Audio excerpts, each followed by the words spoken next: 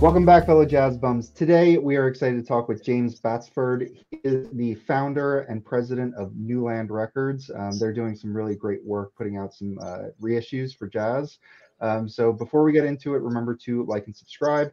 We're going to drop a link to the Jazz Bums Discord, so come join us there. And then we also live stream every Friday, so check us out there as well. With that, I'm going to kick it over to Felipe to get us started. Thank you, Mike. Thank you, Chris. Yes, so today we are finally very happy to have on the channel James Batsford from England. He started a long time ago in music, working at Rough Trade West. He worked with the live sector. He promoted live shows and then worked as a freelancer for many catalogs. And then he founded two labels, hip hop reissue specialist Omerta, and now currently as the owner president of Newland Records, specializing in high-end reissue of really well needed jazz titles. And we're very happy to have him here today. Thanks for joining us, James, and hope we have a good conversation. Thank you so much. Thank you, guys. Awesome. Yeah, thanks for joining us. So I usually like to start out with, like, what was your musical background like as a kid? What kind of music did your family listen to? You know, how did you get into music and jazz specifically? So it's definitely my dad has worked in music and has a massive record collection himself that I would kind of dive into, and it would be constantly music playing in the house of all sorts. I mean, not actually predominantly jazz, kind of a vast array of different genres. But my love for jazz, I guess, came a bit later on as I got a bit older. And actually it came from, I actually remember being in LA on a trip as a kid and seeing Dave Brubeck Time Out in a store and actually just loving the artwork and just seeing the painting and just thinking how beautiful it looked, and just thought, oh, I'm just going to buy that. It was like, $5. I've just got to check that out. And yeah, I kind of dug into it from there and just kind of started kind of a love affair with jazz, I guess. Right. So that sounds like that was pretty early, yeah. Which is cool. Now, when you went through college and university, was music a focus? Were you thinking you wanted to be in the industry? Well, I actually didn't go to college or university. Oh, okay. I left school after high school. Okay. And because I just had to work in music, that was kind of all I wanted to do. So I started kind of doing the only thing I could at that age that would allow me, because I was quite young. So I started promoting shows.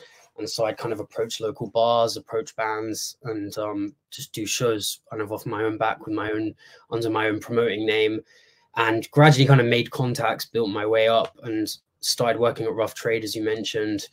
And kind of from there worked at Domino Records in the UK, worked there for a few years. And then that kind of snowballed into doing my own label at the same time I was doing Omerta. And then that kind of went into the various consultancy gigs, kind of taking projects to various labels, specifically box set projects, I guess. These kind of multi-disc sets, doing deep dives into artist catalog. And then from there, I'd always kind of wanted to do something in jazz, but I personally I always felt like it felt like this really hard world to kind of get into, because it just felt like so many people had storied careers in it, or like there was a lot of great labels doing things. So it felt like this really hard kind of world to get into, and very far removed from what I was already working on. But then I kind of just decided to kind of go for it with a couple of things that I just thought they're not available. Like, I'm just going to, try for them. By that point, I had contacts in licensing and had enough kind of, I guess, gravitas in the industry to kind of make contacts and try and kind of make these releases real. And yeah, kind of went from there, I guess.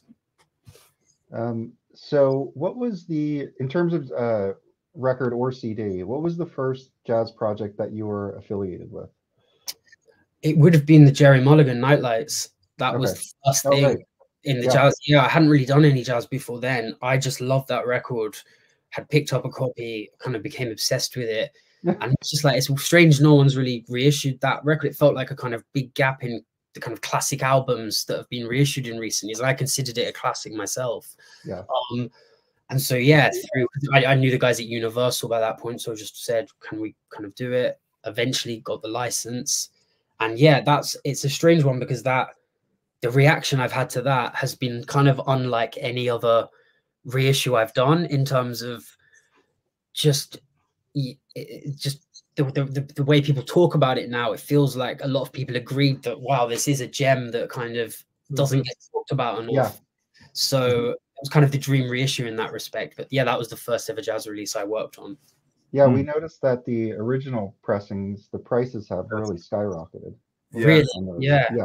That was my question actually, James, because I bought this record like 4 or 5 years ago. I went to a yard sale next to me. I paid $1 for the record. Oh my God. And then I posted it, and people were like, you know, do you know about it? How much? I was wondering if you ever expected it to be such a desirable, rare one, and or if it's just something appealing personally to you. Yeah, it was completely personal. And honestly, I just kind of, when deciding to start, I hadn't decided to start a label. I just knew I wanted to release that record. And then from there, I was like, right, I've got this record. Let's start something. Kind of had a few other ideas. And I had a similar experience to you. I picked it up for like, I think £20 over here. And I was just like, and then I've seen the price go up and up in the last kind of 2 years. But no, it completely came from a personal love of it. Like, I'll just see how this dude will press. Like, I'll see how many, you know, I think we started with like 1,000 units or something. And it's kind of just snowballed from there. And it feels like the reaction's crazy. Like, everyone seems to reference it now. It seems to kind of have got a life of its own, which I like, because I feel like Jerry Mulligan's not talked about as well, as much as I think he should be, you know, if you consider all the different bands he was a part of. Yeah, absolutely. I really enjoyed that your reissue of that one. You said you pressed 1,000 copies. Are you gonna repress it, you think? We did more than that eventually. That was just our initial pressing, but no, we're kind of gonna leave it, I think, now as it is. So the copies that are out there, that will be it. I think that was always the aim with the label, kind of always on to the next one, and just making things available, but not, you know, overdoing it. I had a question kind of related to the licensing part of it. How does that work, like, for that title? Because I noticed, like, there's no, like, the label itself is your label, not like whatever the original label was. Yeah, is it Phillips? Yeah. So this is something that I have seen come up quite a lot on message boards and Discogs, and people saying, why haven't they used the original labels? And I will just clarify, this is a legal thing. It's not something we do out of like, let's just like completely redo the record. I'd love to have the original Philips logo on, but it's a legality from the licensing labels a lot of the time. You know, it's just, we aren't that label, so we have to differentiate it in some way to being our own label. We try and do that as nicely as possible. The Jerry Mulligan's slightly different because we changed our kind of labels after that point. But after that, you'll notice there's like a kind of a uniformed look to the way we do our labels. And we have like the 33 RPM and all this kind of stuff to try and, you know, I guess, kind of show some kind of reference to that time in some way without kind of looking, without it just being a copy or kind of, so yeah, it's a legal thing. It's not us trying to change history in some way. No. Yeah, that makes sense. Okay. Yeah. No, it's totally cool. So I've looked at what new. Well, number one, where did the name Newland come from? Lee Morgan, of course. Oh, right. Okay. Yeah. One of my favorites. Yeah. And I just kind of it was one of those, you're trying to look for the right name for a while. And I was like, it was months of just thinking, what should I call this thing? And then it was just like playing that record, and I was like, Newland, it's new. I love that record. It just made sense. So yeah, just went for it from there. That's great. No, yeah, for sure. That makes sense. So, okay, Jim, so you already had some experience in the field. You decided to start your own label. How hard of a process was that, like, starting? Because we're talking to other people, like, starting their own labels as well, musicians. And how hard or easy was that for you? And how did you connect with Kevin? How's this relationship going and working? It's hard. It's especially doing it yourself, because there's all the kind of little nitty-gritty parts of running a label and all these little aspects you have to do added onto the risk side of it, where, you know, you're kind of going into the unknown a little. You know, there's these records that you love and you hope other people will connect with, but it is kind of, you just don't know until you put it out there, right? Really. So I had obviously had some experience with running a label, so I kind of knew the do's and don'ts and the basics of having it. But again, jazz was a new kind of world for me. So I just knew, I approached it from point of view of, I knew what I wanted. I know I bought a lot of records. As you can see, I kind of buy a lot of reissues. I know what I like to get when I buy a record. So I tried to kind of emulate that in the best way, try to do it in the right way. You know, I would never do like a public domain record. I would always want to kind of approach the rights holders, get the estate involved where possible. Like on the Mulligan, get Bill Crow to give us a quote, like try and talk to the original musicians wherever we can. And then look for a kind of photos that we could maybe license in, and just kind of, I guess, not just do a reproduction, try and take the record to another level while still maintaining the kind of reason you love the original in some way. So yeah, I think people have appreciated that. So originally it was hard, the kind of process of starting it, but I felt like I just followed what I would buy, and that was kind of it. So yeah. Yeah, it makes sense. I mean, I can't even imagine just like the gotchas you run into when you're trying to do a project like this, you know, especially if you hadn't done it before. There's got to be just all kinds of little details that you don't expect to pop up. Yeah. There's tons of kind of like, it's almost like problem solving, most of the job, just like kind of putting out fires as they come up. Yeah, but it's been really interesting as a jazz fan coming into it, just all the things you learn from doing it on the internal side and putting the releases out, and also the people I've got to speak to, you know, to have to talk to Bill Crow and people like this is incredible, and something I never thought I'd have. It's like a great reason to approach these people and talk to them. So that's kind of a magical side of it.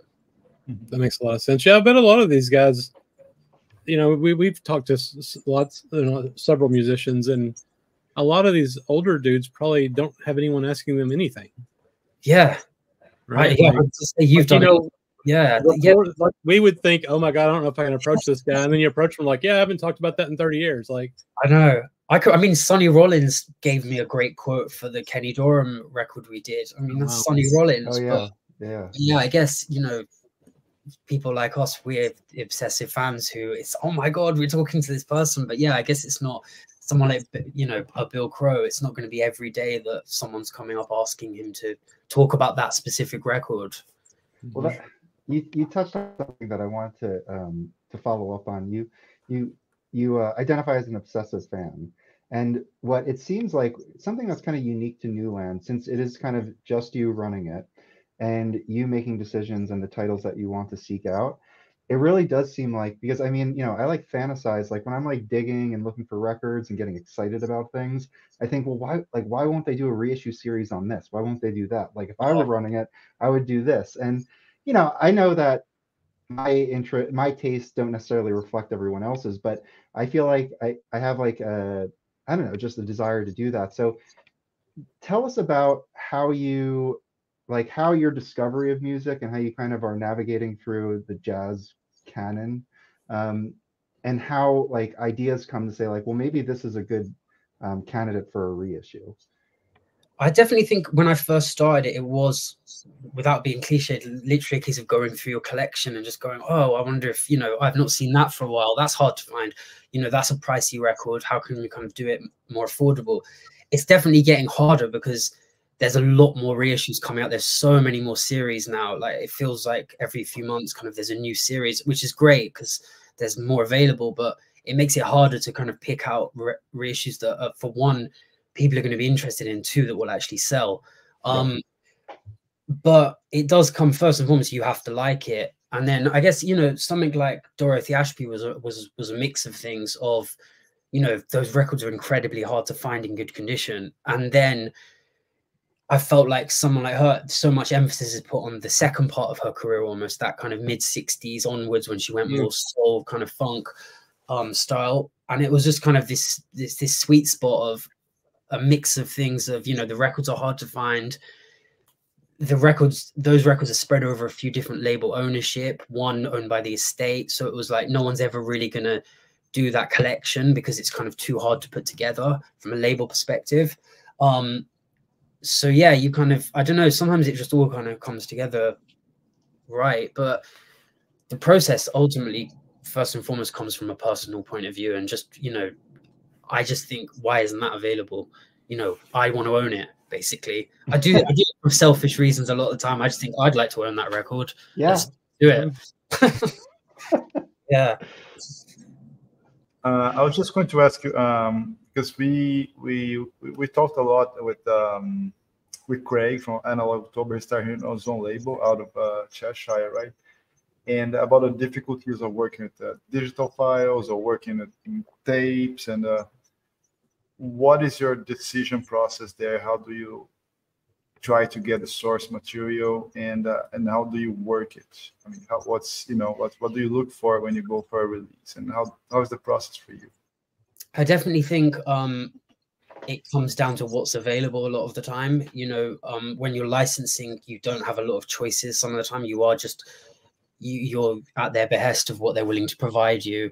There's certainly some labels that are better than others with licensing, and that have a kind of more accessible archive where, you know, you can access. You've sometimes got a choice between the mono and the stereo tapes. Sometimes they'll be willing to ship it straight to Kevin or whoever we use. We always use Kevin to master. But this isn't always the case. And obviously that would always be our aim, to use the original master tape, get it direct to Kevin, and then he does his work, his magic, and it goes from there. But, you know, that's the dream scenario, which isn't sometimes always available. So I think sometimes there's a decision to be made, and I have turned down records in the kind of recent past because the only option we have are the digital files. And I just think, you know, I'm aware that won't excite people as much. But then there's been a couple of things where that's been the only option. And then there's a choice of like, well, we just don't do this at all, or we do it in probably a less kind of desired way, but also I feel is worthwhile still to make something available. Kevin will do a great job. It's still fantastic. I'm not as purist, I guess, as a lot of people are out there. I still think you can have fantastic sound out of a record and get a lot of enjoyment from a record without it, you know, this AAA kind of all the way through way of doing it. I still think I can have hours of enjoyment out of something. That's obviously how we'd like to do everything, but sometimes, you know, that's not always you don't always get the choice. Yeah, I think that makes a lot of sense. I mean, having Kevin doing your mastering's got to be a bonus for you with the labels, though, because they already trust him and know him. Absolutely. Yeah, it's like you mentioned his name, they're going to trust their tapes to him. Yeah, exactly. Versus just some random guy, you know. Exactly. Hey, can you send this, you know, historical treasure to this guy that you've never heard of, right? Yeah, totally. It definitely comes to dream to have him involved. I mean, I know he was the only person I wanted to do the label when I started, because I just knew he was just perfect, and he's fantastic to deal with, and he, you know, does an amazing job on everything he touches. Can you talk? You mentioned stereo and mono, and I was watching WCB Jazz Vinyl do a review of the John Wright Trio, and I think it was mentioned that it was never put out in stereo, and I think this release is the first, at least on vinyl, the first stereo release. And just for people watching, it's this title I'm referencing. So is that correct? Is this the first stereo LP version of this? I believe so. I wouldn't want to 100% say though, because I'm not. Okay. I haven't pressings myself, but yeah, because you know you never fully know unless you actually listen. But so when you're talking with, I guess this would be Kraft who owns this. This is the Concord, yeah, Concord. Yeah. So do they give you an option, like if there are mono and stereo tape, and if like sometimes they would just record in stereo and just do fold downs? So do you remember if there was an option for whether two separate tapes or just one tape? I know there wasn't on this. There wasn't an option on this one. There has been on other things occasionally, okay. But I think that's happened once maybe. It's definitely a rarity for that to happen. Yeah. I would say Concord are probably the best label to deal with in terms of the way their archive is set up and the way they kind of what they have access to. They're just fantastic, and the people there are great. Definitely like music people who are aware of what they have and are aware of the kind of historical importance of it. But no, I think with this was the option we got. Hence the stereo, yeah. I guess for mono and stereo it would really be kind of a unique thing, because they would have to record to two different tapes with two different mic setups. I think at some point they just switched to stereo and just started doing fold downs. But yeah, just to follow up on that, so looking at the catalog for Newland, there are trends. So like there's two Kenny Dorham records from Riverside. Is that you know, and there's obviously, we mentioned the Dorothy Ashby, which is a large box that you put out. Um, there's a couple Bethlehem. You did a Mingus, and what was the other one? Howard McGee. Yeah. So are these all Concord negotiations? And then also, these trends, are these just basically the things that you're interested in and just kind of looking like you're in like a Kenny Dorham zone right now? Yeah. Well, actually, yeah. I mean, basically, yeah. There's kind of a mix of. There's definitely like I've got favorite artists, so there's some that I'm like, God, I'd love to release that, and like I know that there's a lot of Kenny Dorham on Blue Note that has been kind of worked on in recent times, but I just felt like this was a gap in his catalog, and it was like I originally started with just the Sonny Rollins record, then I was like, well, there is also this record, and I'm aware it's a bit kind of, it can kind of divide people, the singing record, but I also thought it's never been reissued, it would be nice to make it available. There'll be a lot of people who aren't even aware of it, so that kind of plays into it as well.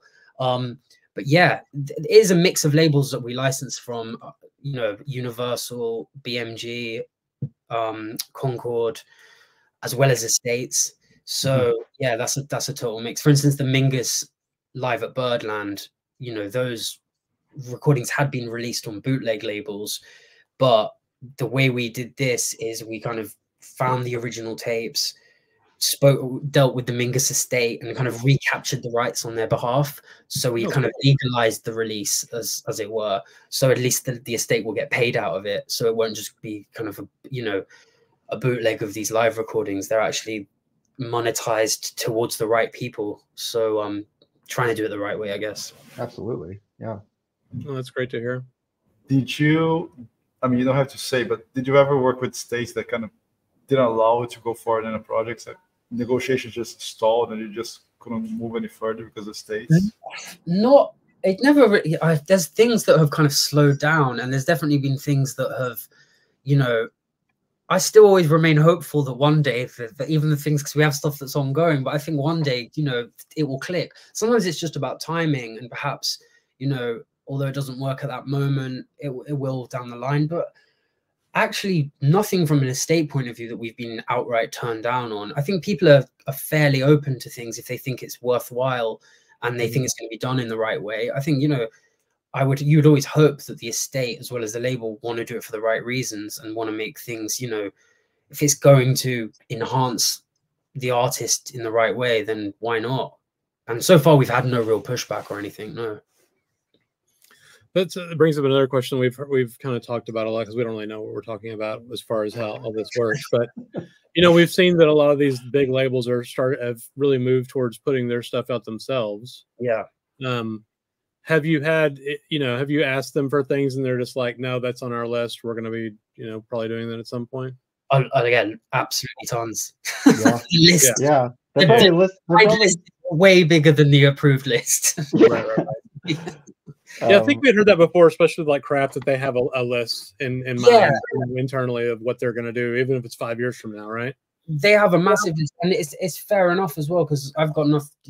Ultimately, like I said before, I want to do a lot of these things because I want to own it. So if they're going to do it, I know they'll do it in the right way. So at least I have a chance to own it myself one day. If I don't release it, I'll buy it. So yeah.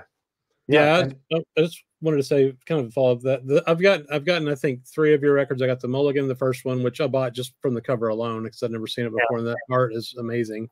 Yeah. And then I got the Howard McGee, and my favorite though is the Blue Mitchell you put out. Can you talk about that record?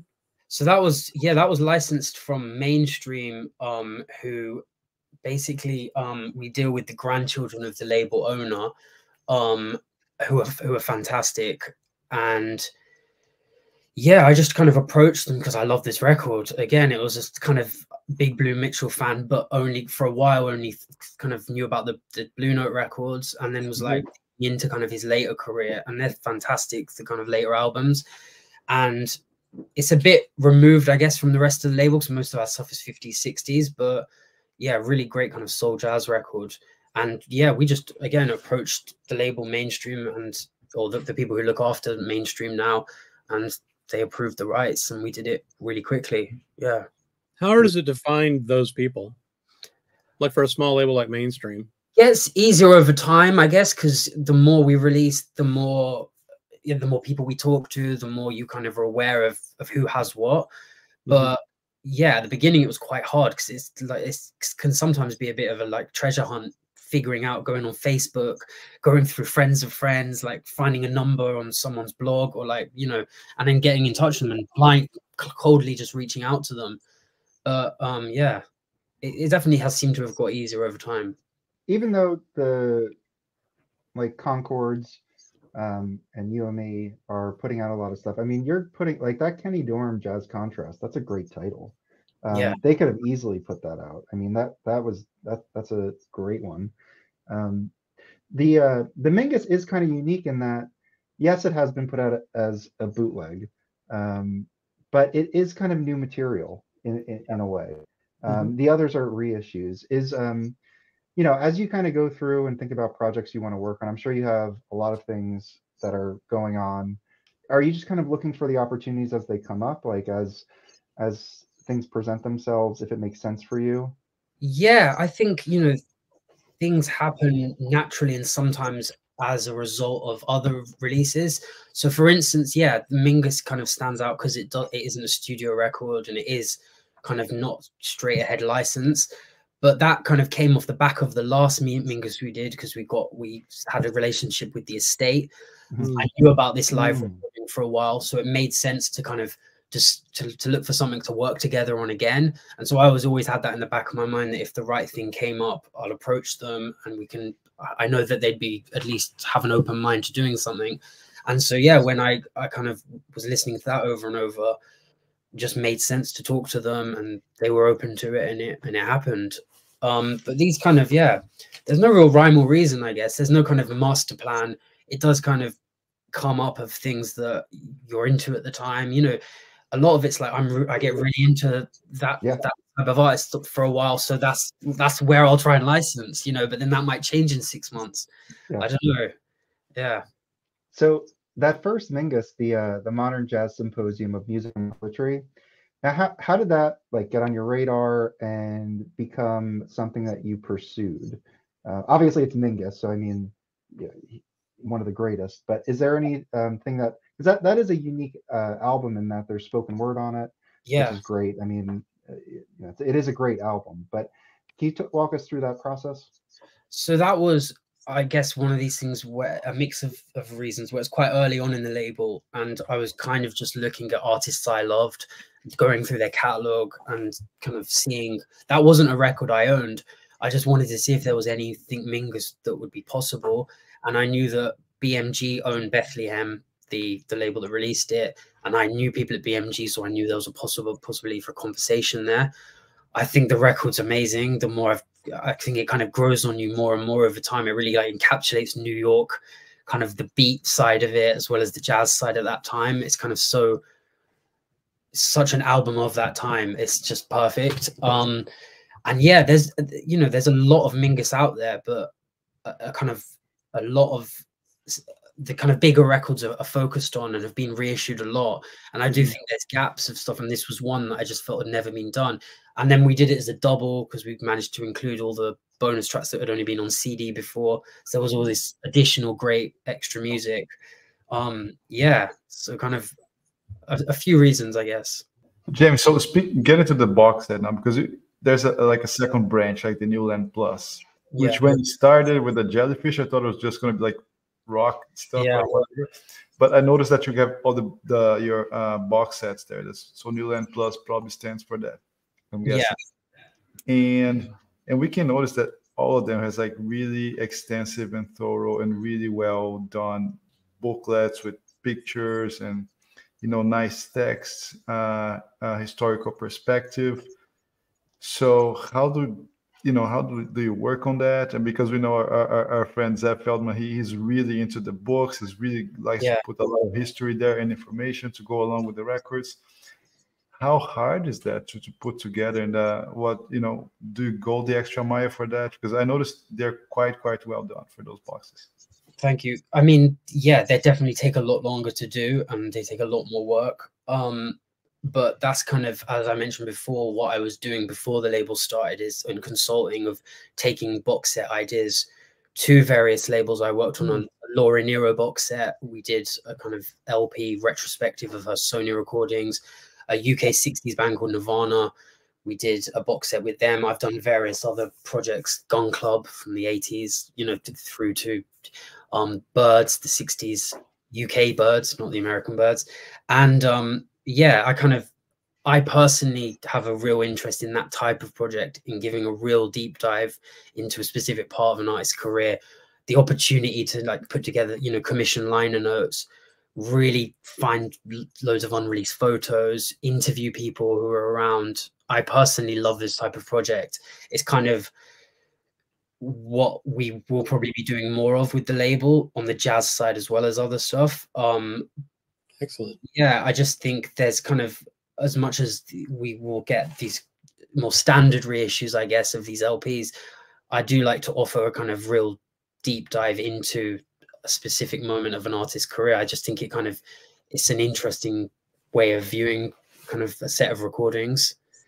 And the reasoning behind, yeah, Jellyfish, Love, then into the jazz stuff is just purely off of stuff that I liked, and also stuff that became available, stuff that potentially I might have done with other companies in the past, but now we have this outlet with Newland, made sense to put it through the label. Yeah, that's, I was saying we love box sets. Can you talk about, we've talked about Zev a little bit, can you talk about like y'all's relationship and kind of what you do for him? So he brought me in on, I mean, what he does is kind of a different level of deep dive, you know, his kind of network of finding these unreleased recordings and presenting them in an amazing way. He sets the bar really high of reissues, I think, you know, does a fantastic job. And we got connected a couple of years ago through a mutual friend and just hit it off right away, just had, you know, long telephone calls. And he very kindly brought me in on quite a few projects, and just in an assistance role of just, we go through photos together. We spent hours on the phone deep into the night going through, you know, archival photos, picking out the right ones for projects, talking about who, you know, who'd be involved in liner notes. But yeah, they're Zev's projects, and I kind of I offer some help where I can on them. Yeah, that sounds awesome. Yeah, his projects are fantastic. So to contribute at that level has to be really fun.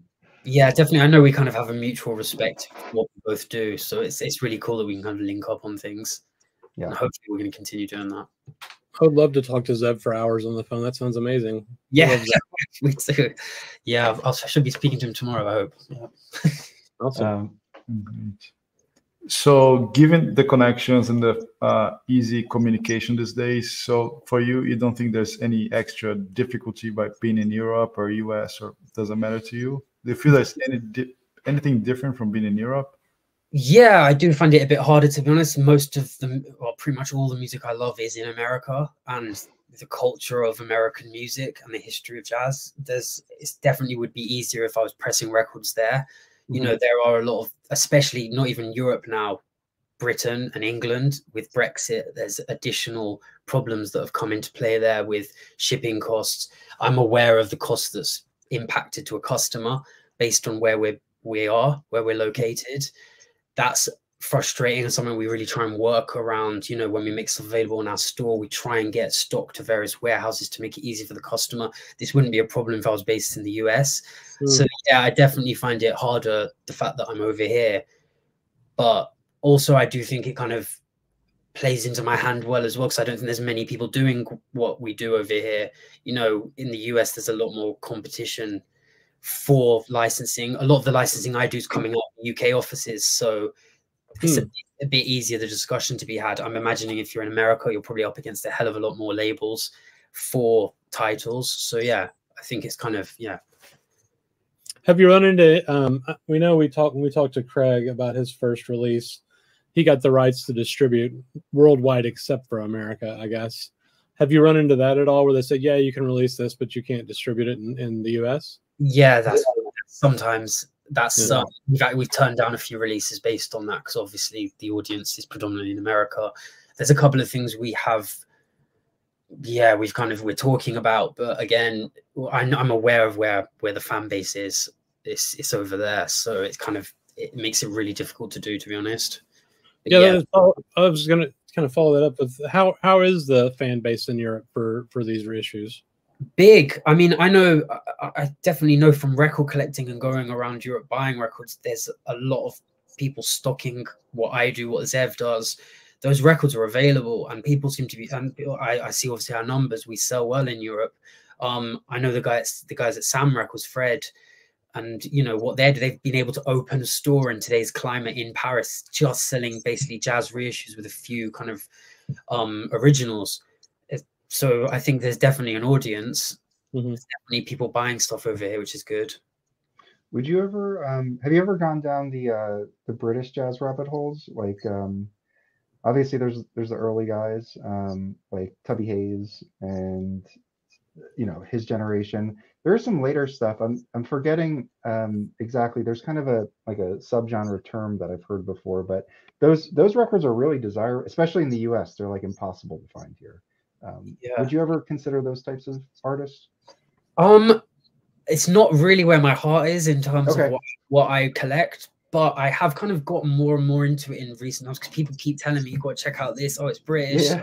Check out that." And I definitely people are turning me on to things, and I've seen the prices have gone crazy on some of those records. I mean, I probably see them. It's probably like it works the other way around. The records I want to buy, like, you know, I'm sure you see them for a lot more affordable than I ever see them because they're limited over here. But the UK stuff, I've seen quite a lot recently. It seems to, you'd never see them like on the wall in record shops, but now they seem to be the ones that are on the wall, and they're like, you know, the prices are crazy. But yeah, I feel like it's an area I need to dig into more and more myself, actually. Yeah. It doesn't feel as exciting to me because it's closer to home. I don't feel as mystical. So with that, I mean, and I don't mean to like have you be indicative of what you're looking to do for your label, but where are you right now in terms of the artists that you are kind of digging into? Have you got any like new used stuff in that you're excited about? I was kind of unsure of what I could really talk about. I've got stuff that I'm into, a few things for next year that I can't really go into just yet. We've got a couple of box sets with pretty well-known guys, and those have been the people that I've been really getting into recently. I know I can tell you we'll be doing stuff with Red Garland, who's been like one of my favorites. And nice. I'm super psyched about that. That's going to kind of be hopefully coming up later this year. A couple of things. We'll be doing, you know, a live album with someone we've already released on the label, a previously unreleased live album licensed from Swedish radio. So it'd be like official soundboard recordings. Kevin's actually doing that right as we speak. Cool. That should be coming up kind of after the summer. So there are bits. But in terms of what I'm into, I mean, I've been trying to get deeper into collecting my Blue Note, but it's becoming harder and harder. The prices are going more and more crazy, but I'm got bits here and there. I'm really on a big Horace Parlan trip at the moment. Nice. Up and down. That's any of the originals of those though. Those are but I got a couple of the Steeplechase records a few weeks ago. I have a Steeplechase from him. I didn't realize. I'm pretty sure he like vocalizes when he plays on those records, which is I didn't realize that he did that. But yeah, those are great records. Oh, cool. What's like what in what way? It's, like in the background? You could hear him like the mic pick up his like humming as he's like playing. It's kind of like a Keith Jarrett style almost. Right. Got you. Let me see if I could find it real quick. Yeah.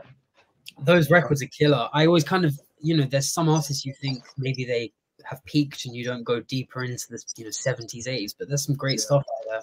Yeah. His Blue Notes are super hard to find. They're just impossible. They're like, you know, $2,000 records plus now, aren't they?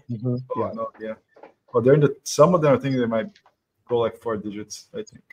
Yeah. Jesus. Yeah. Not an easy world, is it? Did you find it, Mike? No, I didn't. I okay. Find it. Yeah. I mean, that's one thing that's interesting to me too. Like you said, you know, the stuff you're interested in, it's hard to come by in England, but the Steeplechase stuff, the you know, labels like Enja, do you see a lot of those around, like the stuff that was released in Europe in the used bins? Steeplechase a bit more, still not super. I mean, probably like I guess they'd be $30-$40 records. Like they're not super cheap.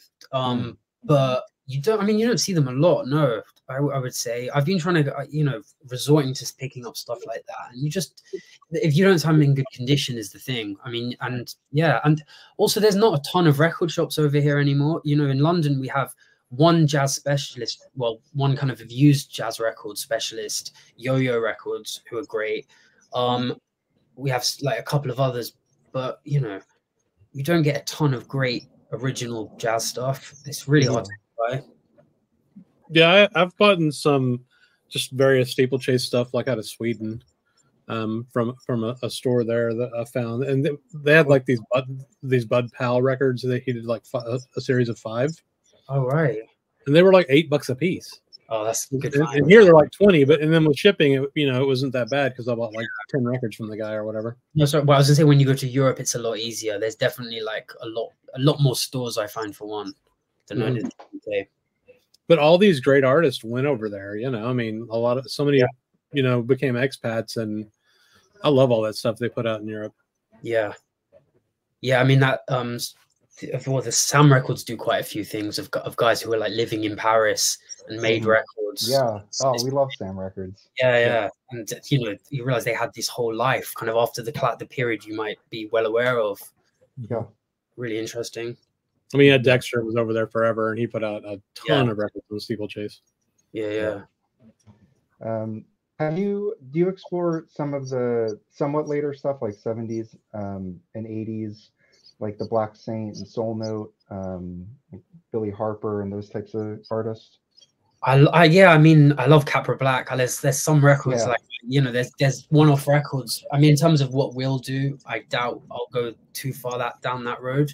Kind of, I have like an internal cutoff of like the kind of early to mid 70s, but I don't know. I mean, I'm trying to kind of, I guess as more things get covered within the period we're currently doing, you kind of cast your net a bit further. I definitely think, like I said, stuff like the Horace Parlan actually surprised me. I wasn't aware of those records, and discovering, I realized maybe I'm missing out on some stuff by being a bit too kind of focused on a specific era.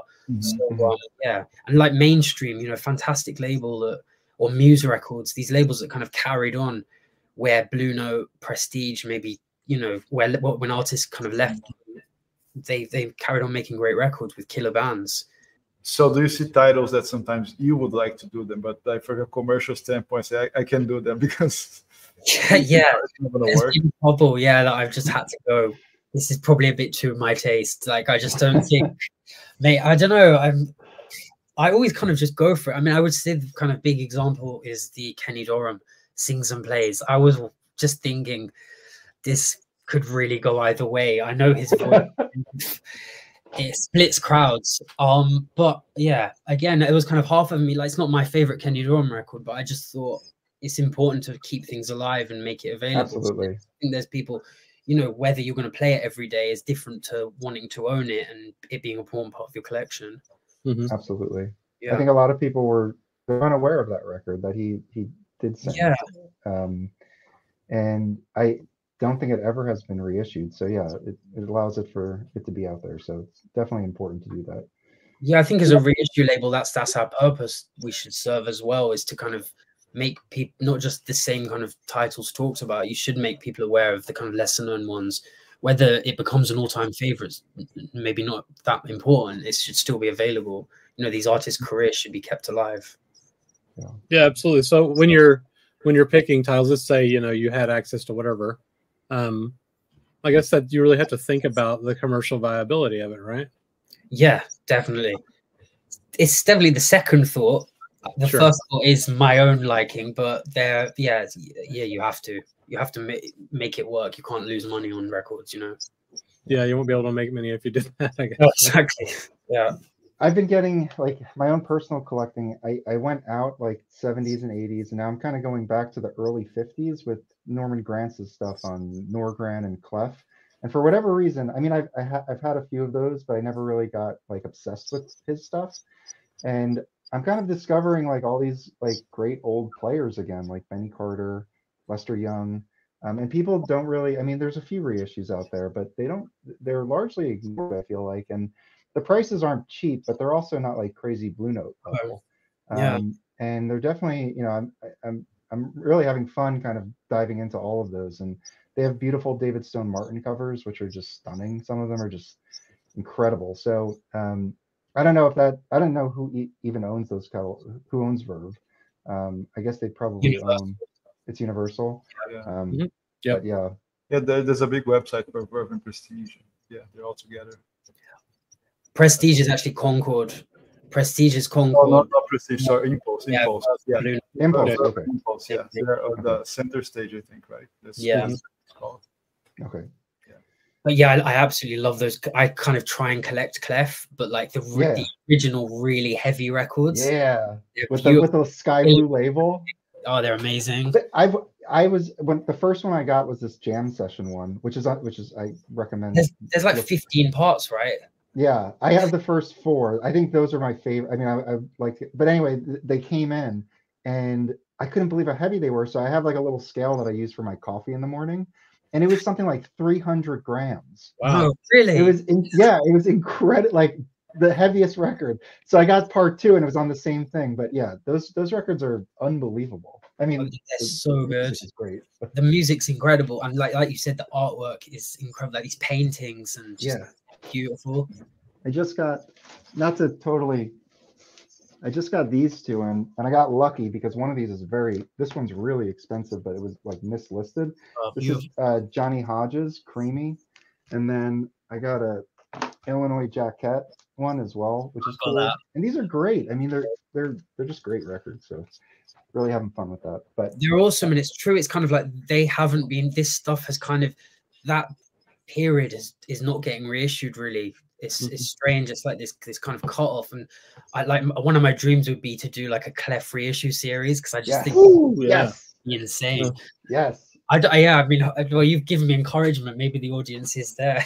Yeah. Well, and also they sound really good because, you know, this is all like, you know, early 50s. So I'm thinking in my head, like, well, like Van Gelder, Hackensack is like the best. And yes, like they sound different than that, but these sound, I mean, audio wise, like there's not that these sound great. They're so exciting as well. The band's a killer. Yeah. So that would be awesome. So yeah, hopefully one day. That would be a neat box, you know, to have for sure. Yeah, Clef box. Yeah. What about 10 inches? Just thinking of like all those early stuff, like there's a lot of 10 inches. Yeah. Would you ever do like a 10-inch series? Or, I mean, I guess. I've actually got a bunch behind me here. I've been kind of picking up myself. I kind of got deeper and deeper into it recently. I would love to do a 10-inch series. And again, it's just the commercial viability of that, I think, is different from my own personal wanting of them. Because I just don't think, you know, you're going to have to charge a similar amount than you charge from an LP. So whether people are willing to actually buy into that, you know, it's expensive for like, you know, maybe four songs. So it is probably more for the collectability aspect of it. But I think there's so much of that music that warrants kind of reissuing, because it is that pre-LP period kind of gets lost otherwise. But yeah, I've often considered doing a 10-inch series on the label as like a sub label, because there's just killer stuff out there. But whether I will do that or not, I'm not sure. You know, the 10-inch boxes work pretty well. Yeah. Like, I've got one said the Bertha Bop that Kraft put out's really cool. Yeah. There's been some Charlie Parker 10-inch boxes. So I think that format's kind of neat. Yeah. The other nice thing about a 10-inch box is you can listen to the whole thing. Yeah. Like you can sit for a couple hours and listen to the whole thing versus, you know, I've got some box sets that are 6, 7, 8 LPs. And, you know, sometimes I just don't even listen to them because I'm like, I have this like weird obsession where I need to listen to this whole thing and absorb it, right? Yeah, right. Listening to one of the records. So, you know, that's a thought you could think about is 10-inch box sets are interesting. Yeah, definitely. I own all the ones you mentioned as well, and they are great. And you kind of, it's great, like the book, you know, discovering the history of that period in those guys' lives, because that was a lot of time the most exciting. You know, they were, a lot of these guys, that was their youthful period, wasn't it? As they were kind of coming up, and the music's amazing. Yeah, something we're thinking about. Yeah, and the bebop in the 40s, it's definitely, we need I think more of reissues on that, and it is a kind of dark period, quote unquote, because there are so many strikes, people aren't even recording it. So whatever is left is precious. I think it deserves to be out there. I think maybe it gets overlooked by some labels now because of the lack of kind of the audiophile elements of it, because you basically wouldn't be able to do it in that style. You kind of, you know, the tapes will be very hard to kind of access on stuff like this. So I think that's perhaps a reason, but historically it's important to keep them available. Yeah, when we talked with Nick from what's blanking on his last name now. Nick Phillips, yeah, he does a lot of the stuff that the Craft puts out, the boxes that Craft puts out. He consults on those and designs those and stuff. And that is one place where the digital domain, he said, is really helpful, because you're not making a AAA audio file, whatever. Yeah. So you can, you know, make corrections and make them sound better. And you know, I guarantee that Bertha Bop set sounds better than the originals ever did. Yeah. You know? Well, also, you know, tape only came around in the mid 40s, and it wasn't adopted right away by everybody. So a lot of those like early Charlie Parker recordings, I don't even think were recorded to tape. I think I don't know what the process is, but I suspect it may have just gone to a lacquer. So, you know, that's long gone. So I think, you know, the digital realm is allowing for those reissues to continue to exist. But we're going down rabbit holes now. So Felipe, Chris, do you have any last questions for James? I have more like a conceptual question, could work for everybody here. Since we're talking this, just occurred to me. Do you think, James, you're involved with issues, you know, what the market wants, what sells, doesn't sell, and we're just talking about bebop and 30s, 40s, and even talk later stuff like fusion and whatever. Do you think because of the birth of the 12-inch, the art was so appealing, some of the greatest recordings were done in the hard bop period, like the mid-50s to mid-60s, and this seems to be always the highest demand in jazz. So do you think all these factors, they kind of make the hard bop like outshine other eras of because people are so obsessed by the hard bop era, and they don't even accept other things being as jazz as that was? I definitely think the beauty of that era is just the overall art piece of those records. You know, you're not just buying the music, are you? You're buying the artwork is stunning a lot of the time. You know, it was like the high point of that kind of modern art meets modern jazz period, which was just beautiful. The recordings sound incredible as well. The players were playing on everything, and mixing bands was incredible. The session, Rudy Van Gelder on a lot of it. It's just, you know, it's kind of untouchable. But I do think that, yeah, it can kind of lead to you maybe people missing out on other periods because of that kind of all-encompassing aspect, and kind of missing out on maybe, you know, the music is fantastic on Steeplechase, but the art isn't as good as the Blue Note period. So we kind of don't take it as, we don't, you know, view it the same. But if it's just on a music versus music basis, there's some great stuff either side of that period. Yeah, I think as like an all-encompassing piece of art, yeah, I feel like that mid-50s to mid-60s period is pretty untouchable. It's in all of music. I mean, it's just what happened, and it's just incredible. Yeah, my last question is, how do you collect records, like personally? Do you buy a lot of reissues? Are you looking for OGs? Do you like how do you kind of curate your collection? I try and buy original, true first presses where possible. I definitely buy a lot of reissues, but I kind of focus on series. Like I collect Tone Poet, I collect kind of as much craft as I can. But no, I don't get as much joy out of anything as like getting a first pressing, good condition, shiny cover, you know, beautiful, you know, the right address, all that kind of stuff. That's where you nothing quite hits, does it, as that when you come out the store. So yeah, that's where I try and focus. Have you done any purges from your collection? Like, as it just grows and grows and grows? Have you had any times where you like sold stuff? I've been considering it a lot recently. Shall I kind of narrow it down? Because I live in an apartment in South London, and it's not getting any bigger, but the collection is. Right. So yeah, there's definitely probably needs must situation at some point, but no, I don't want to. Everything, it's a growing collection. I'm not culling it. Yeah. Yeah. Awesome. All right. Well, thanks for coming and hanging out. This was really fun. We'll drop a link to Newland, your social media, as well as the website for people to check out. Feel free to come back anytime you'd like. It's an open door. If you want to come and chat or promote anything, just let us know. Felipe, Chris, any final words? That's it, James. I truly appreciate you being patient. We work out the dates. Everything went great. And you being so kind and joining us for this interview today. It's something that we wanted to do for a long time already. We love what you're putting out for sure. Yep, same for me. Thanks for joining us, James. Thank you so much for your interest in the label. I appreciate it. Awesome. Really nice. All right. Remember to like, subscribe, everybody. We'll see you guys next time. Thank you. All right.